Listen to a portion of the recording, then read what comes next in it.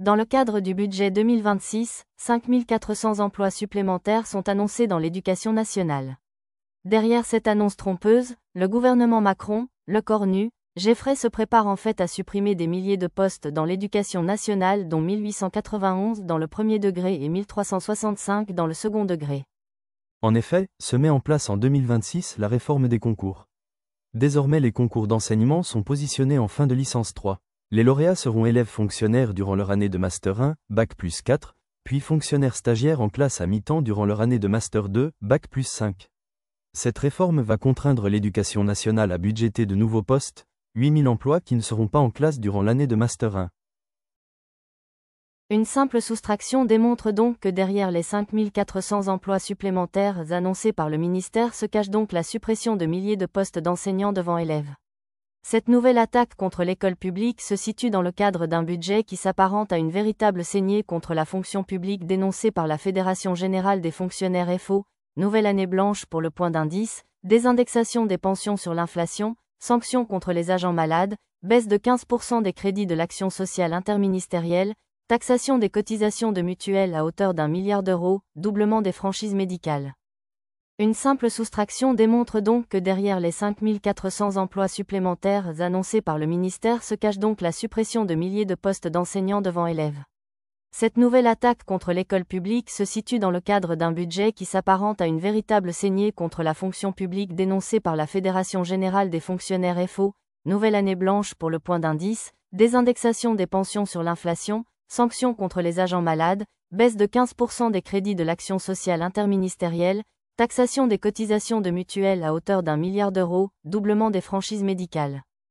Et que penser de l'annonce de la création de 1200 emplois d'AESH ? Déjà la prétendue création de 2000 emplois d'AESH dans le budget Bayrou en 2025 s'est avérée être une mystification et les demandes d'accompagnement des élèves en situation de handicap exprimées par les personnels et les parents d'élèves se heurtent le plus souvent dans les départements au refus des DAZEN et des recteurs. Le budget Le Cornu Geffray prépare donc une dégradation inédite des conditions de travail des personnels et des conditions d'apprentissage des élèves, en particulier les plus fragiles. Pour FO, il doit être purement et simplement abandonné. 1891 postes en moins dans les écoles publiques à la rentrée 2026. Combien pour les Bouches-du-Rhône ? Dans ce cadre, les écoles publiques devraient à nouveau payer un lourd tribut face à la volonté constante du président Macron, par l'intermédiaire de l'ensemble de ses gouvernements, de s'en prendre à tous nos acquis sociaux, à tous les services publics, pendant qu'il double le budget militaire durant ces deux quinquennats, celui-ci passant de 32 milliards d'euros en 2017 à 64 milliards d'euros en 2027. Que lit-on en effet dans l'annexe au projet de loi de finances pour 2026 ? 1615 emplois supplémentaires devraient être créés dans le premier degré mais 3506 emplois seront consacrés à la mise en place de la réforme des concours. L'annexe au projet de loi de finances est donc obligée d'indiquer que ce seront finalement 1891 postes d'enseignants devant élèves qui seraient supprimés à la prochaine rentrée dans les écoles publiques. 1891 postes supprimés, cela signifie une nouvelle avalanche de fermetures de classes. 1891 postes supprimés, cela signifie toujours moins d'enseignants remplaçants pour suppléer les personnels absents. 1891 postes supprimés, cela signifie toujours moins d'enseignants spécialisés pour prendre en charge les élèves à besoins particuliers, toujours moins de places dans les établissements sociaux et médico-sociaux. Le SNUDI FO, avec sa fédération, n'accepte pas cette saignée inédite dans les écoles.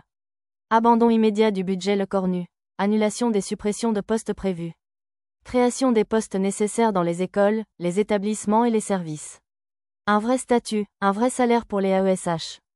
Abrogation immédiate de la réforme des retraites. Le SNUDI FO invite les personnels à se réunir pour décider de toutes les initiatives pour faire aboutir ces revendications et préparer une riposte à la hauteur de cette nouvelle agression que subit l'école publique. La FNEC FPFO a déposé un préavis de grève jusqu'au 21 décembre 2025. Profitez de cette fin d'année pour adhérer encore au SNUDI FO 13 pour 2025. Le syndicat ne peut pas fonctionner sans la solidarité de ses adhérents. Sans syndiqués, pas de syndicat. Sans syndicat, plus de droits. Rappel. Vous recevrez votre reçu fiscal en janvier 2026 et vous pouvez déduire 66% de votre cotisation dans votre déclaration d'impôt. 2026, les revenus 2020.